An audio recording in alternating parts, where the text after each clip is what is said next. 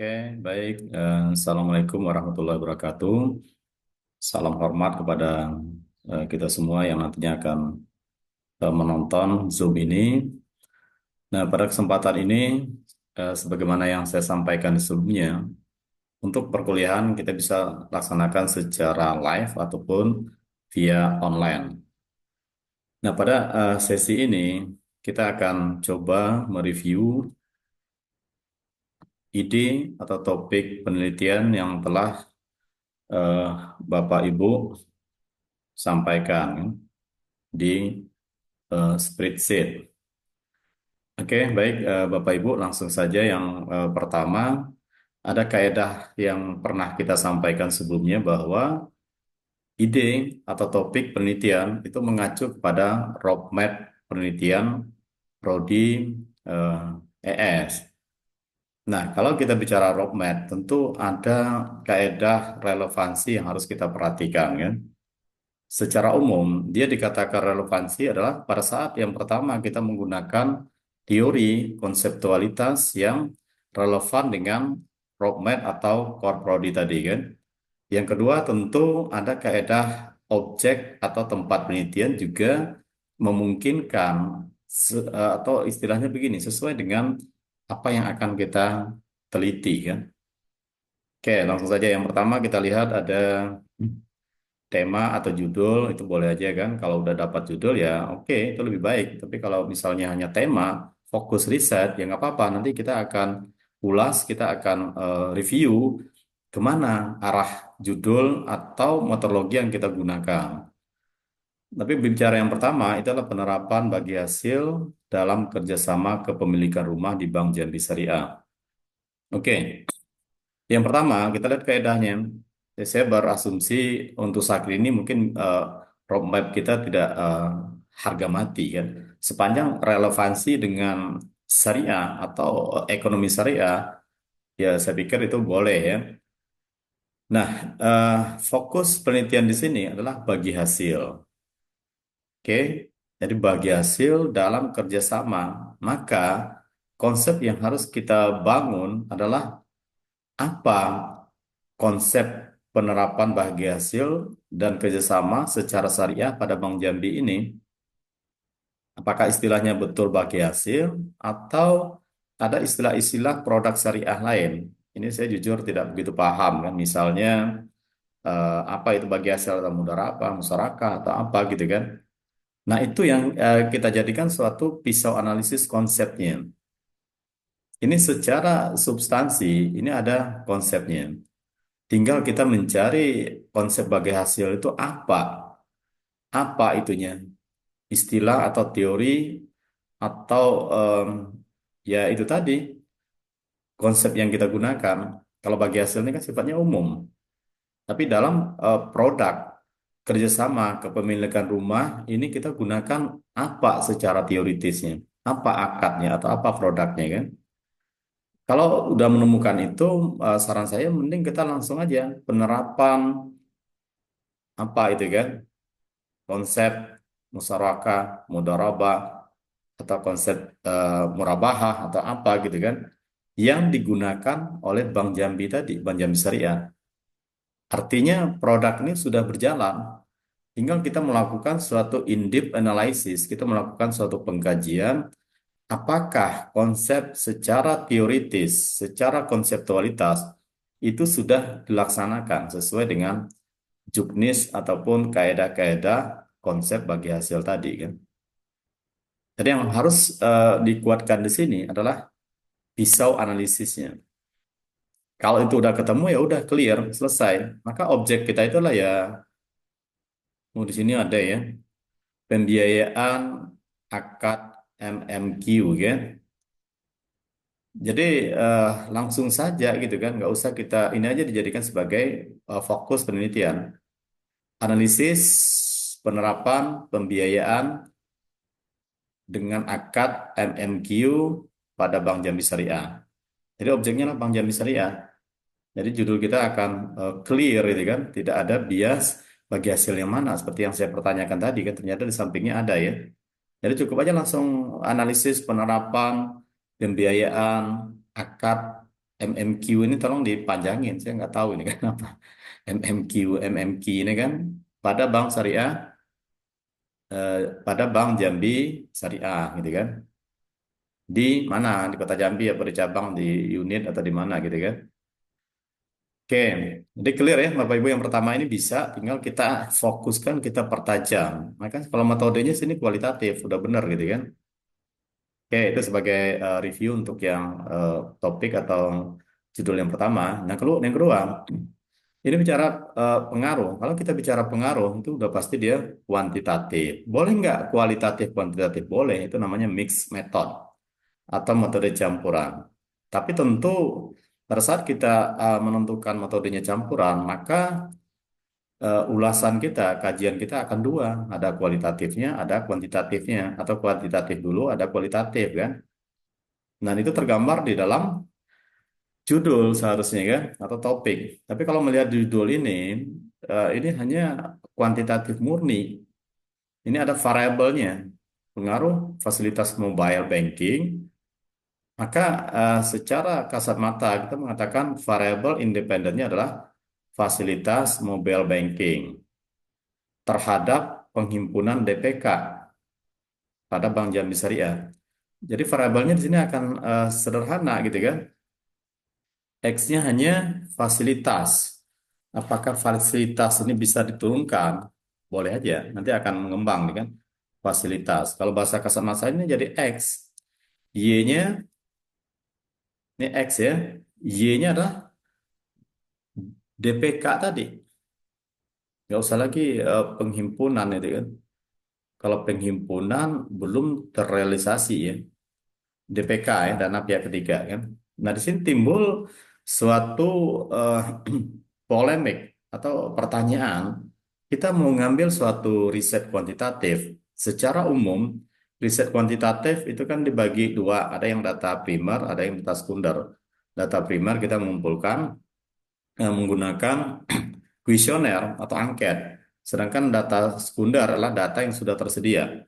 Nah, DPK ini adalah datanya sekunder. Ini ada indikatornya angka, uang, dana. Dana berarti nominal, berarti datanya tersedia, dan itu dikatakan sebagai data sekunder.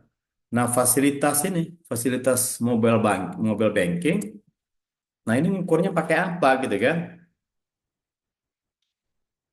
Bagaimana kita mau melihat kualitas atau fasilitas mobile banking? Bisa nggak kita nominalkan? Kalau kita bisa indikatornya nominal, indikator nominal, ya bisa, maka dia jadi sekunder. Tapi kalau indikatornya adalah kualitas atau bukan sesuatu yang bisa dihitung, tapi ditanya perilaku, pendapat atau perspektif konsumen gitu kan, apa nasabah ya, menilai bagaimana tingkat fasilitas mobile, maka dia menjadi primer. Nah ini nggak boleh. Kalau dia primer satu sekunder, ora iso gitu kan, nggak bisa. Nah, sehingga ini perlu kita kaji secara mendalam. Cara mengkajinya gimana? Bicara riset kuantitatif, maka kata kuncinya kita berada pada Y, ya, keyword berada pada Y, variable dependent. Variable X-nya harus relevan, harus ada yang mendukung variable Y-nya. Maksud saya gini, saat Bapak Ibu bicara DPK, maka akan timbul pertanyaan, kira-kira DPK ini dipengaruhi oleh apa sih, gitu kan? Apa sih faktor-faktor yang mempengaruhi penghimpunan atau jumlah dari dana pihak ketiga ini? Itu keywordnya kan. Itu bisa kita cari dengan bantuan AI kan, artificial intelligence kan. Bisa kita cari dengan Google. Bisa kita lihat dari artikel-artikel yang relevan sebelumnya kan. Ternyata kita menemukan ada beberapa X-nya, independennya yang secara teoritis dan secara referensi itu didukung. Maka kita akan menemukan X1-nya. X1 faktor yang mempengaruhi DPK, X2 apalagi, X3, dan seterusnya.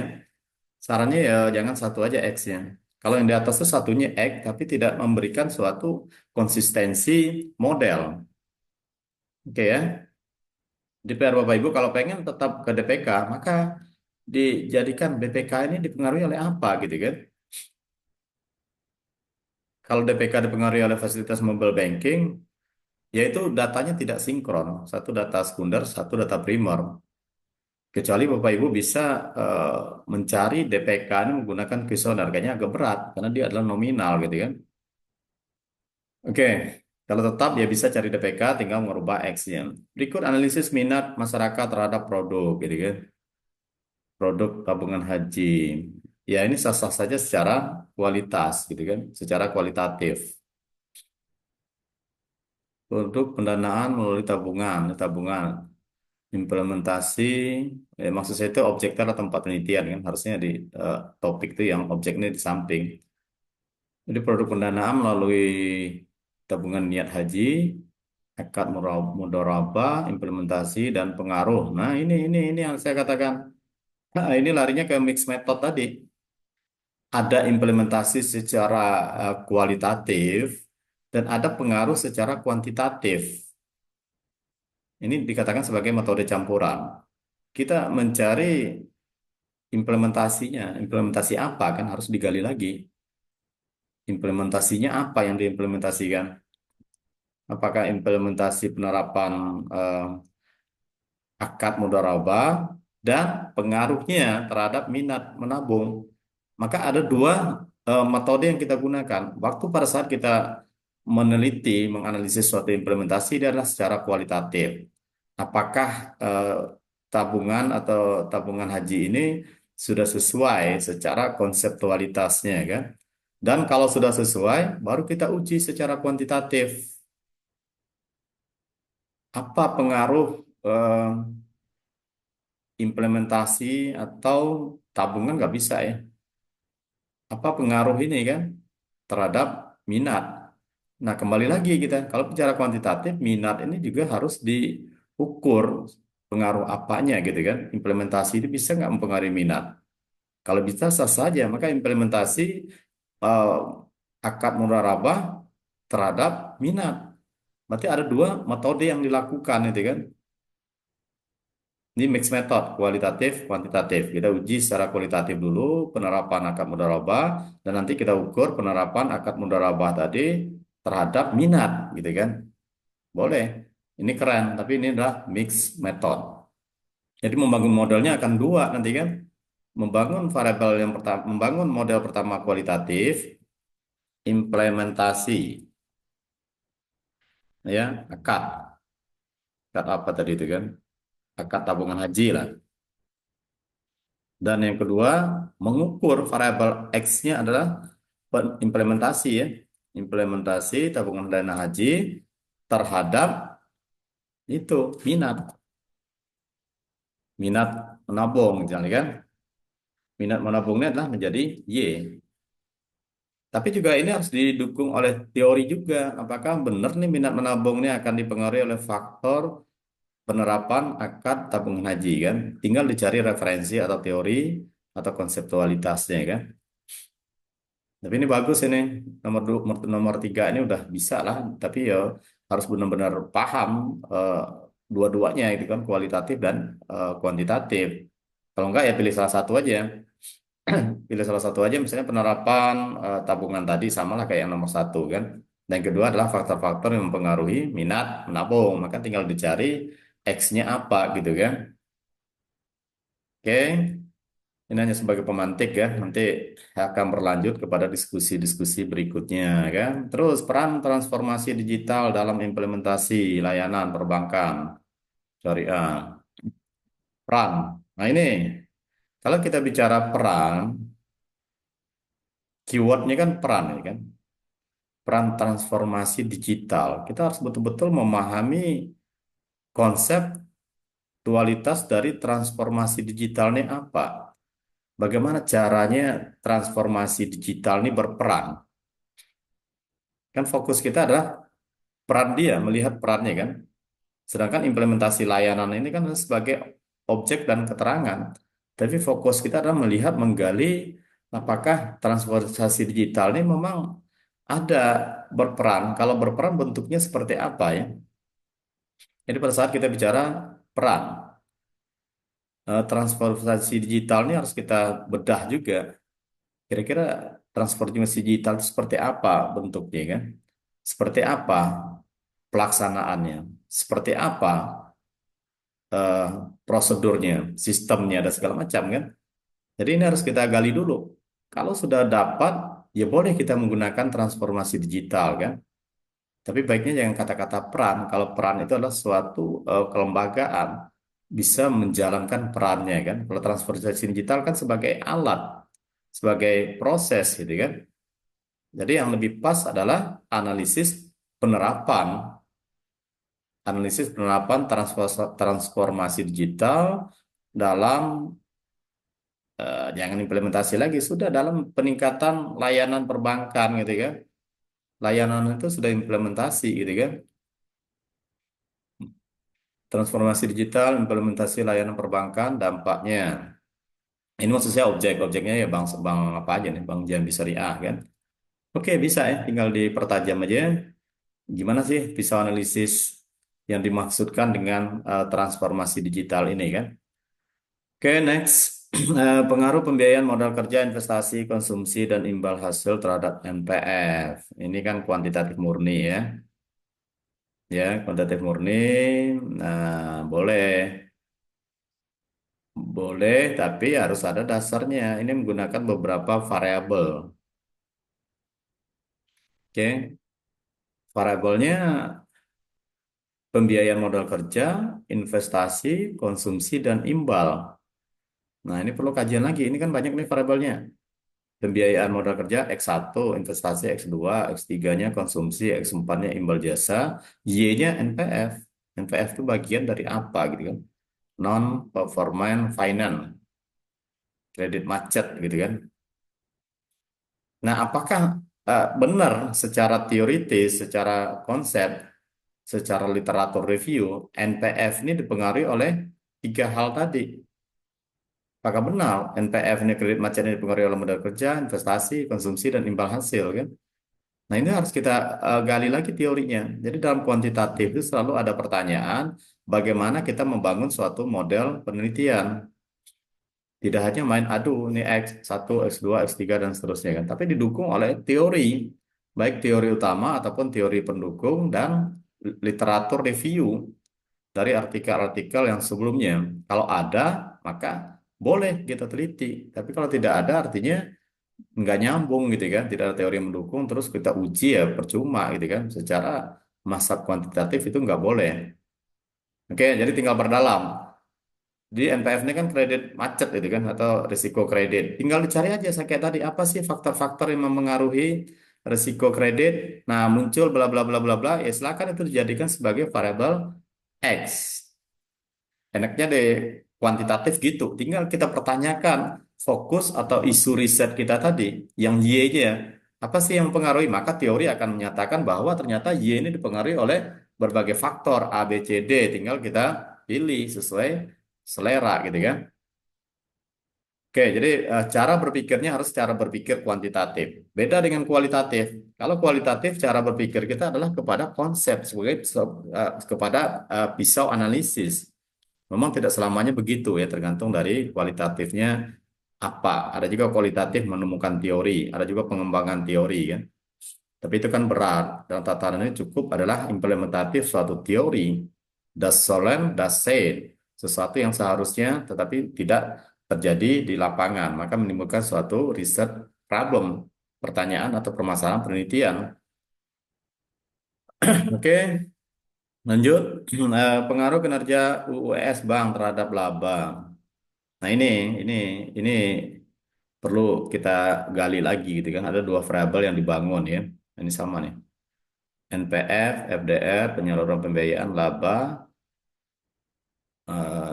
Nanti X-nya adalah laba ya, laba bersih. Ya sama kayak tadi. Apakah kinerja tadi gitu kan? Kinerja ini kinerja UUS ke Bank Jambi. Nah itu membingungkan gitu kan?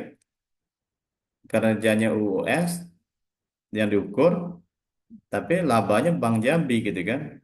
Kalau objeknya UUS, maka ya kinerja dan labanya laba UUS. Kalau banknya Bank Jambi, ya maka eh, faktor yang mengaruhinya adalah yang di objeknya Bank Jambi ya. Tapi kalau nyebrang ini kan susah, nggak perlu kita ukur gitu kan. Laba bersih Bank Jambi jangan nggak dipengaruhi oleh US, tapi dipengaruhi oleh Bank Jambi sendiri gitu kan.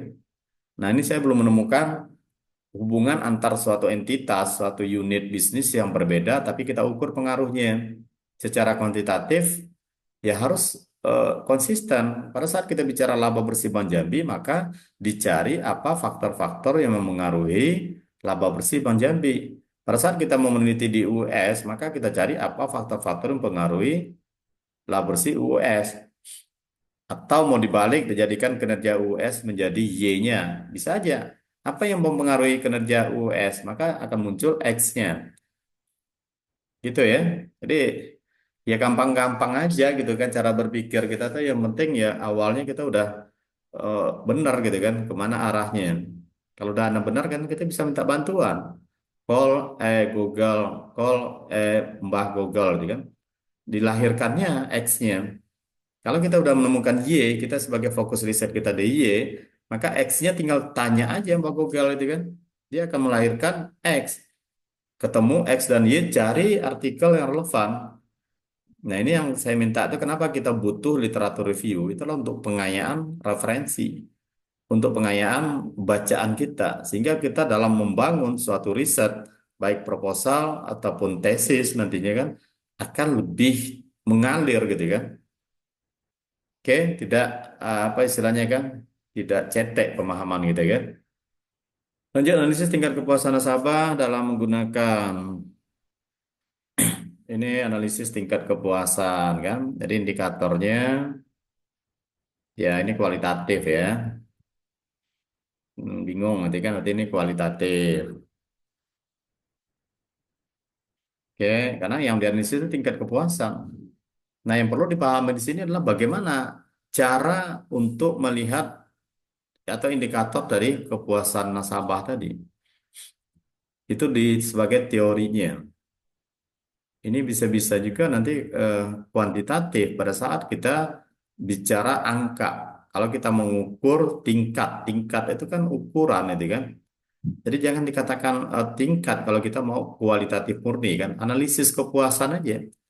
Jadi kita melihat indikator kepuasan nasabah itu apa gitu kan. Nanti kita gali di lapangan bagaimana kepuasan nasabah gitu kan dalam eh, penggunaan atau menggunakan produk tabungan dan deposito. Tapi kalau kita mau kuantitatif deskriptif, maka tingkat. Sehingga untuk tingkat kepuasan itu diukur secara matematik gitu kan. Diukur secara angka. Jadi ada kriterianya. Sangat puas, puas, tidak puas, atau apa kan. Tapi itu harus berlandaskan kepada teori. Nggak bisa kita bikin indikator sendiri kan. Walaupun secara kualitatif tingkat kepuasan itu harus ada teoritis yang kita bangun. Ada pisau analisisnya. Bagaimana caranya melihat kepuasan nasabah kan? Apa indikator yang kita gunakan? Nah itu nanti yang akan kita gali kan. Jadi terserah kalau tingkat dia lebih cenderung kayak kuantitatif, deskriptif. Tapi kalau kualitas tok maka dia bisa kualitatif. Tapi dua-duanya tetap harus dicari alat pengukurannya kuantitatif dan pisau analisis atau indikator untuk kualitatif. Bisa ya. Nah, ini yang pertama yang kayak tadi. Analisis pengaruh DPK, penyaluran pembiayaan, dan pembiayaan nasabah terhadap profitabilitas. Ini cara berpikirnya sama kayak yang tadi. Ada DPK. Cuma bedanya tadi DPK-nya sebagai Y. Kali ini adalah DPK-nya sebagai X. Maka di sini profitnya adalah sebagai Y. Maka ya secara umum sih udah bener ini kan. Cuman yang jadi pertanyaan gini, kita butuh data ya. Ini kan datanya data sekunder. Ini kuantitatif tok nih, bukan kualitatif murni, bukan kuantitatif kualitatif. Ya, ini yang jadi problem nanti kalau saya melihat secara judul sih udah oke, profit biasanya dipengaruhi oleh pembiayaan kan, DPK kan, dua ya variabel tiga ya dengan bermasalah kan. Cuman yang jadi pertanyaan di sini, data jumlah yang akan kita olah itu kan memenuhi syarat nanti ada normalitas, asumsi klasik dan segala macam. Nah, jika jumlahnya dikit, maka dikhawatirkan jumlahnya nanti dia tidak akan normal, itu kan terjadi autokorelasi dan segala macam kan. Maka secara umum orang menyepakati bahwa data yang digunakan itu minimal 30. Kalau datanya tahunan berarti ya Bapak Ibu butuh 30 tahun gitu kan untuk melihat berapa laba profitabilitas perusahaan selama 30 tahun. Atau kalau memungkinkan ya dipecah jadi triwulan. Jadi 4 setahun kan, 4 kali berapa itu misalnya kan, 4 kali 6 baru 24. 4 kali 8 ya 4 kali 8, 4 kali 8 32 ya. Berarti 8 tahun gitu kan. Nah, berarti kita bicarakan ketersediaan data di sini kan. Ketersediaan data. Tapi secara umum is oke kan. Tapi kalau Bapak Ibu mengambil bank syariah ini secara kelompok, misalnya bank syariah Jambi, unit Jambi, terus ada bank syariah Bungo, Tebo dan segala macam. Nah itu masih memungkinkan. 5 tahun kali 3, 5 tahun kali 10, 5 tahun kali berapa ya? Kalau dia 30 ya, 5 kali 4, 5 kali 6. Nah, 6 udah bisa. Kalau punya unit-unit di daerah lain. Ini kan datanya data sekunder, jadi bisa sah saja kita bisa ngambil data tersebut gitu kan. Tidak perlu kuesioner atau apa gitu kan. Jadi ini oke, yang harus kita pikirkan adalah source ketersediaan data kan. Oke, next yang 9, strategi pembiayaan terhadap pertumbuhan UMKM Bank Jambi. Oke, ini kan lebih saya bacanya lebih ke kualitatif ya. Ya, jadi tambahin aja lah analisis strategi pembiayaan. Jangan terhadap. Kalau terhadap tuh ada face to face. Kalau bahasa terhadap tuh orang menangkap kecenderungannya nanti adalah kuantitatif, gitu kan. Jadi analisis strategi pembiayaan dalam meningkatkan pertumbuhan, gitu kan, UMKM di Provinsi Jambi. Provinsi Jambi loh ini. Artinya apa? Ruang lingkupnya provinsi. Banknya bank mana kan? Ini kan lebih kepada peran ini kan. Jadi Bank Syariah Jambi ini bagaimana dia berperan, bagaimana dia berkontribusi gitu kan dalam pertumbuhan UMKM. Nah, hati-hati kata-kata Provinsi Jambi ya. Provinsi Jambi berarti wilayah yang dilayani oleh Bank Syariah Jambi ini adalah provinsi. UMKM-nya akan tersebar dalam eh, beberapa kabupaten kota gitu kan. Oke, itu fokusnya adalah strategi pembiayaan. Nah, ini juga perlu kajian yang mendalam. Kita harus punya juga pisau analisisnya. Maka secara kualitatif selalu saya katakan kita harus bicara pisau analisis. Pertanyaannya, apa strategi pembiayaan itu? Apakah benar strategi pembiayaan itu bisa meningkatkan pertumbuhan ekonomi, kan, pertumbuhan UMKM? Dan bagaimana caranya? Nah, itu yang nanti akan menjadi pertanyaan penelitian, kan? Apa strategi pembiayaan? Jangan strategi pembiayaan itu adalah untuk meningkatkan keuntungannya bank syariah. Akan meningkatkan profitabilitas bank, bukan untuk meningkatkan pertumbuhan UMKM. Nah, timbul di situ berbagai eh, dasar atau pisau analisis yang harus kita cari. Kalau ada pisau analisis yang menyatakan bahwa strategi pembiayaan ini mempunyai suatu kontribusi terhadap pertumbuhan UMKM, is oke. Tapi kalau nggak ada, ya nggak bisa dipaksain. Itu nggak nyambung. Tujuan strategi pembayaran adalah untuk meningkatkan jumlah pembiayaan. Jumlah pembiayaan meningkat, malah bank syariah Jambinya meningkat. Sedangkan UMKM nggak peduli itu misalnya. Atau kalau ada, maka perlu dicari roadmap-nya atau rule of thumb-nya atau pisau analisisnya tadi kan. Sehingga kita meyakini bahwa ya strategi pembiayaan itu punya dampak kepada pertumbuhan UMKM. Nah ini perlu kajian mendalam gitu kan. Walaupun secara kasat mata kelihatannya benar gitu kan. Tapi perlu digali teori pisau analisis yang kita gunakan. Kalau nggak ada ya udah strategi pembiayaan dalam meningkatkan kinerja gitu kan Bank Syariah Jambi. Karena tujuannya kalau kinerja udah pasti logikanya kan. Pembiayaan itu kan bagaimana kita membiayai, dapat keuntungan bagi hasil kinerja Bank Jambi meningkat. Kalau dampaknya terhadap pertumbuhan ekonomi, bagaimana cara kita mengukurnya, mengkorelasikannya secara teori, secara konseptualitas gitu kan. Nah, ini perlu kajian lagi ya. Coba ditelusuri lagi eh, pisau analisis atau teori-teori yang digunakan. Oke, next yang terakhir, pengaruh etika ekonomi Islam terhadap perilaku konsumsi Islam. Nah, ini masih bisa pasca cuma 10 orang nanti kan. Apa perlu gitu kan? pengaruh pengetahuan etika ekonomi Islam terhadap perilaku. Ini kayaknya agak kurang memberikan suatu apa namanya the state of art-nya. The state of art itu adalah memberikan kebermanfaatan. Di level S2 minimal riset kita itu adalah kontribusinya kan. Pengetahuan etika ekonomi Islam itu nggak ada juga etika ekonomi Islam, etika bisnis Islam kan terhadap perilaku konsumsi itu kan. Terhadap perilaku konsumsi ini kan kualitas kuantitatif ini kan kuantitatif data primer. Tapi kayaknya kurang menggigit itu kan, apalagi studinya hanya di mahasiswa magister, ya. Eh, Diperluas bisa itu kan, tapi ruang lingkupnya diambil yang lebih luas, karena nanti ini X-nya cuma satu itu kan, atau bisa nanti ya pengetahuan etika ketika bisnis Islam itu kan hanya pengetahuan, oke. Etika, nah lucunya etika bisnis Islam terhadap perilaku kayaknya bukan sesuatu yang nyambung juga gitu kan. Ini etika perilaku konsumsi ya. Etika itu kan lebih bisnis kan nggak ada etika ekonomi Islam, yang ada etika bisnis Islam dalam bisnis. Kalau bisnis bicaranya lah jual beli, trade, perdagangan gitu kan. Ini kayaknya berat ini kan. Coba dikembangin lagi kan, lebih ranahnya lebih pasnya lebih ke kualitatif kalau kita bicara seperti ini gitu kan.